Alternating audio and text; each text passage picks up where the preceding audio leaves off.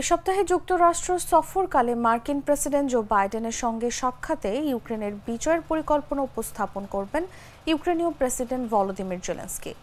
বাইডেনের পর মার্কিন কংগ্রেস এবং যুক্তরাষ্ট্রের আসন্ন প্রেসিডেন্ট নির্বাচনের দুই প্রার্থী কমলা হ্যারিস ও ডোনাল্ড ট্রাম্পকেও নিজের পরিকল্পনা শোনাতে চান তিনি।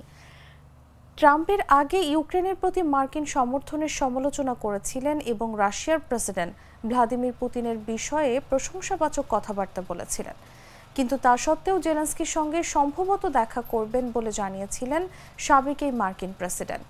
এই সপ্তাহে যুক্তরাষ্ট্র সফরকালে জাতিসংঘের সাধারণ অধিবেশনেও যোগ দেবেন ইউক্রেনীয় প্রেসিডেন্ট। ইউক্রেনের জন্য নতুন 37 কোটি 50 লাখ ডলারের সামরিক সহায়তা প্যাকেজ প্রস্তুত করছে হোয়াইট হাউস। তার মধ্যেই হতে যাচ্ছে জেলেনস্কির এই সফর।